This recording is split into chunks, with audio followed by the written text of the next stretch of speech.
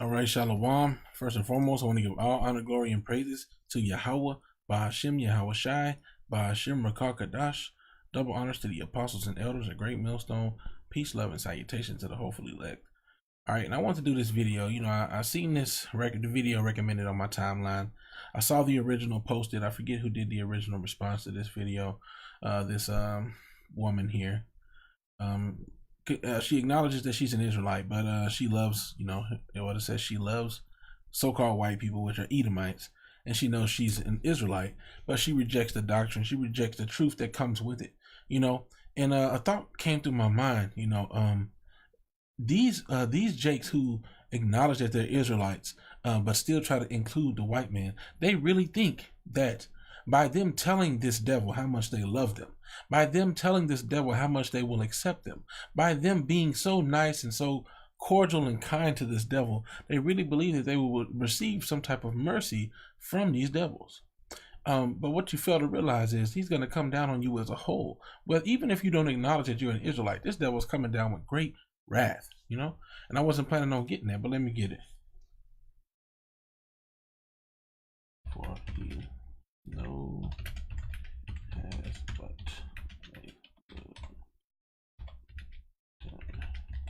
so like, I know I'm quoting that probably wrong. Revelation 12 verse 12. Therefore rejoice, ye heavens, and ye that dwell in them. Woe to the inhabitants of the earth and of the sea, for the devil, so-called white man, has come down unto you having great wrath, because he knoweth that he hath but a short time. He's going to come down on all Israelites. Every single Israelite, no matter what your doctrine is, don't matter if you was nice, happy, smiling, if you never cussed out a white person, so-called white person, or Edomite, if you never done any of these things, he's still going to come down on you with great wrath, man. You see? All right, let me get that.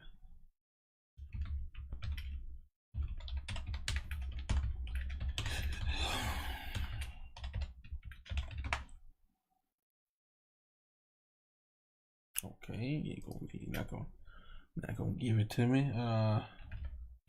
Apocrypha. I know it's an Esdras. Oh no, it's Ecclesiasticus. No. It's in Esdras, definitely. Here we go. Second Esdras. It's probably 16:9. So like you pull this out real quick. Second Esdras. I think it might be 16:9. So it must be 15. Right, 15 and let me look back at what I saw. Hearing now, spoiling. I'm just gonna search on the page. Salakia.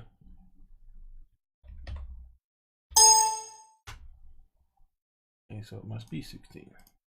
Okay, or 16.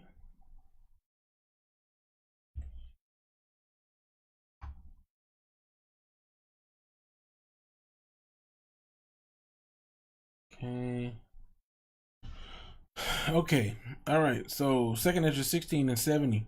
For there shall be in every place and in the next cities a great insurrection upon those that fear the Lord. They shall be like madmen, sparing none, but still spoiling and destroying those that fear the Lord. So, I mean, first and foremost, it's going to come down on the Israelites, but you regular, average, everyday Jakes, if you don't take the mark of the beast, which will get you destroyed, you're going to be persecuted as well and killed and all those different things. But yeah, first and foremost, it will come against those, just like it was during the time of the Maccabees, those who did not consent to take on the Greekish gods and the Greekish customs and defile the temple and defile their children and defile themselves and become abominable before the Most High. They were killed. Same type of situation is going to be happening in these times, which is why there are going to be martyrs of the men of the Lord, because eventually it's going to become illegal to keep the law, statutes, and commandments and to worship Yahweh Ba'ashem Yahweh Shai. All right, nothing new under the sun, but it's going to be a worse time than ever has ever been. Yeah, these Jakes, they really think that Esau, the so-called white man, is not going to kill them because they're nice. Oh, I love you. You can come in. Come on, brother. Come be a part of the covenant. First of all, you can't make that happen because the Most High didn't ordain that. Second of all, this devil's still going to kill you, man. Psalms 58 and 5. The wicked are estranged from the womb. They go astray as soon as they be born, speaking lies. Their poison is like the poison of a serpent. They are like the deaf adder that stoppeth her ear, which will not hearken to the voice of charmers, charming never so wisely. So the deaf adder that stoppeth her ear, it says right there, deaf. Esau ain't trying to hear what you gotta say. You see? And they will not hearken to the voice of charmers. There ain't nothing you can do. You cannot make Esau into a righteous person. Esau was created to be the wicked, charming never so wisely. And no matter how much, it don't matter how beautiful you sing the song, it don't matter how much you try to sugarcoat it and Esau, yeah, see, and you try to show them some type of loophole. Well, look at this, and you try to come up with lies. Oh well, Job was an Edomite, which is a falsity. It's false. You know, or you try to say, well, Cornelius, or whatever you try to say, Esau ain't trying to hear that shit. Esau hates you. Esau was created to be the wicked. All right. So they're the deaf adder that stops their ear, that stoppeth the ear. And they ain't trying to hear that. You know, they were created to be the wicked. Let's just prove that. Ain't nothing you can do to make Esau good. You know.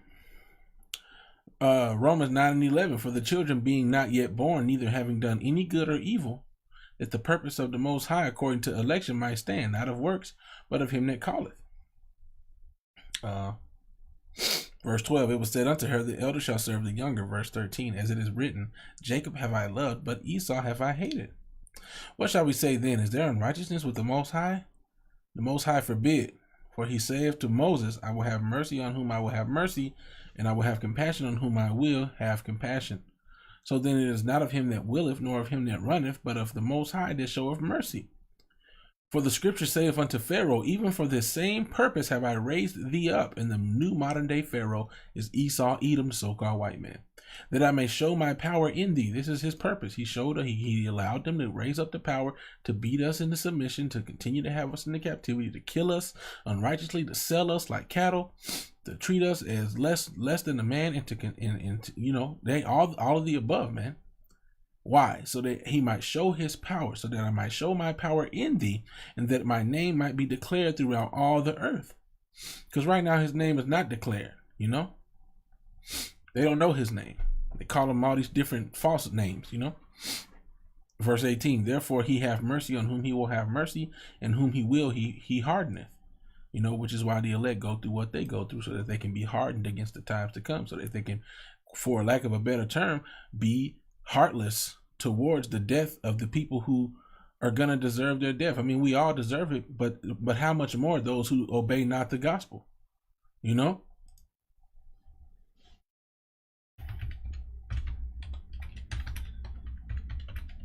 Let me get that. 1 Peter 4 and 18, and if the righteous scarcely be saved, where shall the ungodly and the sinner appear? Wherefore let them that suffer according to the will of the Most High commit the keeping of their souls to him in well-doing, as unto a faithful creator. So I mean, you know, I thought there was another one. How much more? Yeah, hold on. How much more than that obey not the gospel?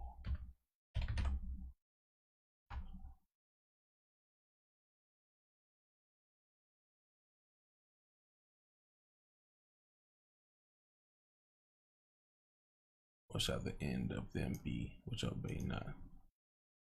1 Peter 4 and 17, for the time is come that judgment must begin at the house of God, which is the Israelites, you so-called blacks, Latinos, and Native Americans, and you confusion of face, Israelites scattered throughout the other nation, in whom spirit resonates with the spirit, which is the Bible, which is the words of Yahweh Ba'ashem Yahweh Shai. If this resonates with your spirit, even though you may be packaged in the likeness of another nation, you may look Japanese, you may look so-called white or Edomite, you may look East Indian, you may look African.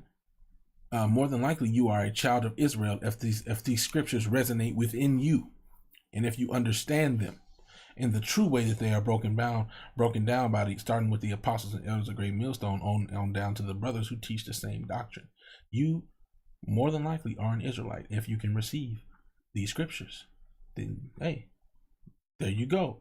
Now, so that includes you in the house of the Most High. Even those who do not receive the scriptures, but are of the lineage of Israel, they are also a part of the house of God. For the time has come that judgment must begin at the house of God, and if it first begin at us, what shall the end of them? What shall the end be of them that obey not the gospel of the Most High? You know, and hopefully, that made sense. I mean, because of course the tabernacle of David is being rebuilt, the third temple, which is a spiritual temple, and of course none of the 2/3 and wicked Israelites are a part of that. But it's going to start first with his people. All the sinners of my people shall die by the sword. So that's the point. Let me get back to what I was going into. The elect are going to be hardened against the times to come. Because a lot of people are going to die. Verse 19, Romans 9:19, thou wilt say then unto me, why doth he yet find fault? For who have resisted his will? So basically, well, look, who resisted the will of the Most High? And this statement alone should show you, I mean, not only this statement, there are other statements that go with it, other precepts that go with it, but who have resisted his will? The Most High created you to be what you are. If you wicked, the Most High created you that way. Ain't no such thing as free will, contrary to popular belief. Why does he find fault? For who have resisted his will? See? Why? So if he created people to be wicked, then why does he find the fault? Okay. Verse 20, nay, but oh man, who art thou that repliest against God? Why are you asking him questions about what he did? Rather, you should be worried about, is you an Israelite, and is you going to be saved? You see? Shall the thing formed say to him that formed it, why hast thou made me thus? You don't have the right. It's not your right to try to put yourself in the mindset of the Most High. Who do you think you are? 21. Have not the potter power over the clay of the same lump to make one vessel to honor the Israelites and another to dishonor the Edomites? What if the Most High, willing to show his wrath and to make his power known, endured with much long suffering the vessels of wrath, the Edomites, fitted to destruction? The Edomites are going to meet destruction. And that he might make known the riches of his glory on the vessels of mercy, the Israelites, which he had afore prepared unto glory, because the elect were predestined from the foundations of the earth. Even us whom he hath called, not of the Jews only, but also of the Gentiles. And this Gentiles is talking about the nation of Israel that became like heathens. Whether you can receive that or not, don't make it any less true. These Gentiles are not Edomites and other nations, because if the Gentiles can come in, then why can't the Esau, the descendants of Esau, be grafted in? Because the Most High didn't set them up to be grafted in. He made them to be the wicked. If you start allowing the Gentiles, then you're gonna have to allow Edomites in, and it ain't happening. Captain. 25. So really that's the point I had on there. I mean, we can read this as he said also in OC, I will call them my people, which were not my people, and her beloved, which was not beloved. And we can get this, just to show you what this is talking about. I just went into it recently, but apparently the Spirit wants me to go back there again. Was it verse 9? Anymore? No, it was Hosea, Salakia. Hosea 1. So this is Hosea. He told Hosea to go get him a wife of whoredoms, and he had him name his children these different names because they were symbolic of different things, Verse 6, he had a daughter named Lora Amah, because why? For I will no more have mercy upon the house of Israel, but I will utterly take them away. All right, so let's go to the next one. And then this is the point, Hosea 1:9. Then said the Most High, call his name Lo-Ami, for ye are not my people, and I will not be your God. Yet the number of the children of Israel shall be as the sand of the sea, which cannot be measured nor numbered. And it shall come to pass that in the place where it was said unto them, ye are not my people, there shall it be said unto them, ye are the sons of the living power. See, there was a time when Israelites were not called the children of the Most High. They became Gentiles. And the Most High said, you know what? There's going to come a day where You're going to be called Gentiles and you're going to come back. That's coming to pass in this day. And it also came to pass in the times of Paul when he was bringing the Gentiles back in. It ain't talking about other nations. These other nations are going into captivity. There's so many holes in y'all doctrine, and hey, this has become various topics at this point. But you no matter what you say to these Edomites, they're never gonna accept you. They're gonna kill you, man. Salakia. Let me see. Damn it. What was I just saying? The Gentiles. Yeah, Salakia. Okay. We get back to my point, and then we're gonna get back to the original point.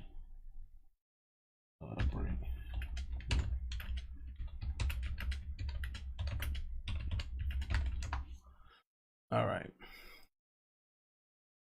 Revelation 2. I'm going to start at.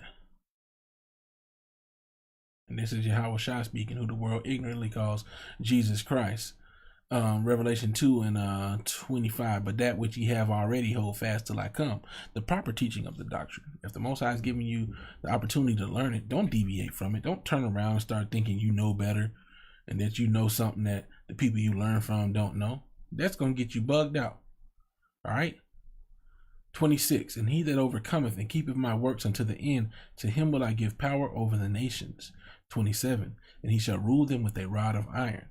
As the vessels of the potter shall they be broken to shivers, even as I received of my Father. So this is what Yahweh Shai received. He received what? He's going to power over the nations. He's going to rule. He's going to rule over them with a rod of iron. So there's going to be harsh rulership.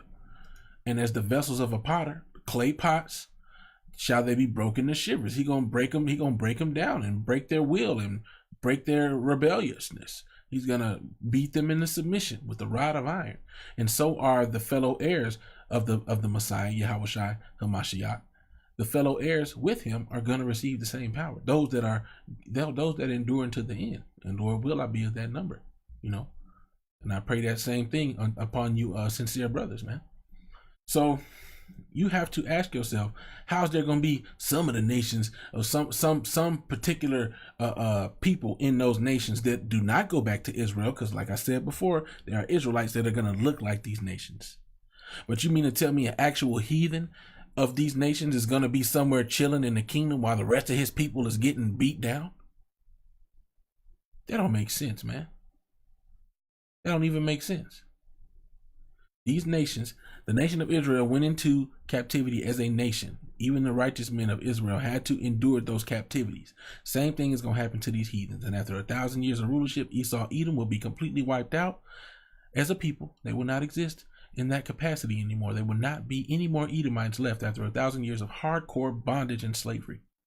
And the rest of you nations will no longer be in captivity, so to speak, but you will be tributary, and you will be made to come up and worship the one true God of Israel, Yahweh, Ba'ashem Yahweh Shai. All right, so back to the point, Ecclesiasticus, this is I'm gonna end with this, because no matter what you say, no matter what you do, you are not gonna convert an Edomite into loving you back the way you coon ass niggas love Edomites, man. Ecclesiasticus 12 and 10. Never trust thine enemy, for like as iron rusteth, so is his wickedness. Though he humble himself and go crouching, I love you, brother. Yet take good heed and beware of him, and thou shalt be unto him as if thou hast wiped a looking glass, and thou shalt know that his rust have not been altogether wiped away. So take heed of him. Take heed of your enemy. Watch him closely. See, when you get that mindset of I love the Edomites, I love my white brother, and you ain't really paying no attention. You ain't keeping an eye on. Knowing that that's your enemy gives you the mindset of let me keep my eye on this nigga. Oh, I don't trust little Billy over there. Little Billy, a little sneaky little motherfucker. You see? Excuse my French. But that's your mindset should be. Like, okay, I ain't trying to start no shit with little Billy, but little Billy, you gotta watch that nigga. Verse 12, set him not by thee. Don't be trying to join hand in hand with him. Don't set him next to you. Don't become a partner with him. Now we in our captivity. But you ain't supposed to be going out there and actively seeking friendships. You got to work with them. You got to be in this world, wise as a serpent, gentle as a dove. You got to be able to move through society. But don't be trying to make them your friend. Oh, come on, you want to come over, Billy? Yeah, I'm making wings tonight. Let's watch the game. No, set him not by thee, lest when he have overthrown thee, he stand up in thy place, standing over you. You laying on the ground, knocked out. He standing over you, little damn nigger. Neither let him sit at thy right hand, lest he seek to take thy seat. And thou at the last remember my words, and be pricked therewith. Who will pity a charmer that is bitten with a serpent, or any such as come near or come nigh wild beasts? Who gonna pity you after you've been warned over and over not to sit these devils next to you, and not to love them, and not to try to convert them, and just pretty much stay away with them, stay away from them the best of your ability? Who gonna pity you after you don't take heed to that and you end up getting bit by that snake? 14. So who's gonna pity a charmer that's bitten with a serpent, or any such as come near wild beasts? Also, or so one that goeth to a sinner and is defiled with him in his sins. Who will pity? So we can't be going around these Edomites, man, and and these sinners of our people, and making buddy with them, because you can mess around and get defiled by their sins, man. But first and foremost, this is about these Edomites. Ain't nothing that you can do to change them. Let's continue. For a while he will abide with thee, but if thou begin to fall, he will not tarry. So yeah, he might go with you, but when you start falling, he gonna run to help you fall. He gonna run up and you might be tipping over, just about to lose your balance, and he gonna come push you or come punch in your jaw to knock you right on down. Verse 16. An enemy speaketh sweetly with his lips, but in his heart he imagineth how to throw thee into a pit. He will weep with his eyes, but if he find opportunity, he will not be satisfied with blood. He ain't gonna hesitate to kill you, and just killing you won't even be enough. He gonna need more than that. He ain't gonna be satisfied with just making your lip bleed or busting your eye. Oh no, he gonna want to kill your ass. 17. If adversity come upon thee, thou shalt find him there first. He gonna be the first one there when you get into trouble. Not to help you though. And though he pretend to help thee, yet shall he undermine thee. Hey buddy, you need some help? All the while he thinking, how can I kill this nigga? 18. He will shake his head and clap his hands and whisper much and change his countenance. Yeah, think about it. You find it when you finally get taken down. It's a crowd gathered around you. He's shaking his head. What a shame. Come look at this. Come look at this. Yeah, he whispering in people's ears. Look at that nigga. I know that nigga wasn't shit. Niggers. Look at these niggers. Coons. He gonna change his countenance. He ain't gonna be smiling no more. He ain't gonna be your friend no more. He gonna show his true colors, and you gonna remember what was said unto you, and you gonna be pricked by it. See?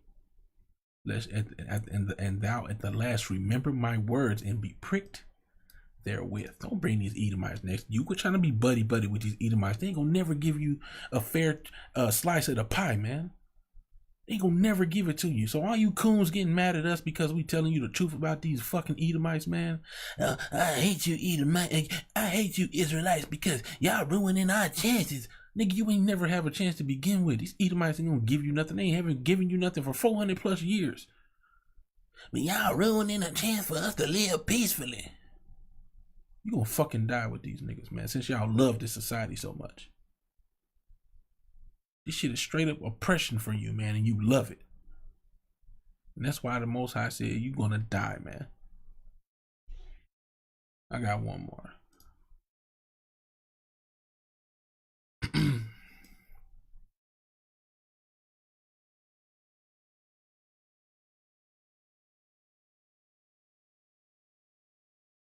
Amos 9 and 10. All the sinners of my people shall die by the sword, which say, the evil shall not overtake nor prevent us. Let's keep going. Verse 11. In that day will I raise up the tabernacle of David, that new temple that's being built, the house of the Most High. I will raise up the tabernacle of David that is fallen, and close up the breaches thereof. He gonna close the walls are gonna be sealed, the doors are gonna be shut and sealed off. Once that time of repentance closes, just like the ark was closed and couldn't nobody get in. Same thing gonna happen in these days with this spiritual temple that's being built. And I will raise up his ruins, and I will build it as in the days of old. Verse 12, that they may possess the remnant of Edom and all of the heathen, comma, which are called by my name. These are the people who are going to possess the heathens, the ones who are called by his name. Saith Yahweh that doeth this. Call Halayim La Yahweh Ba'ashem Yahweh Shai Ba'ashem Rakakadash. Double honors to the apostles and elders of Great Millstone. Peace, love, and salutation to the hopefully elect. All right, with that, I'll say Shalom.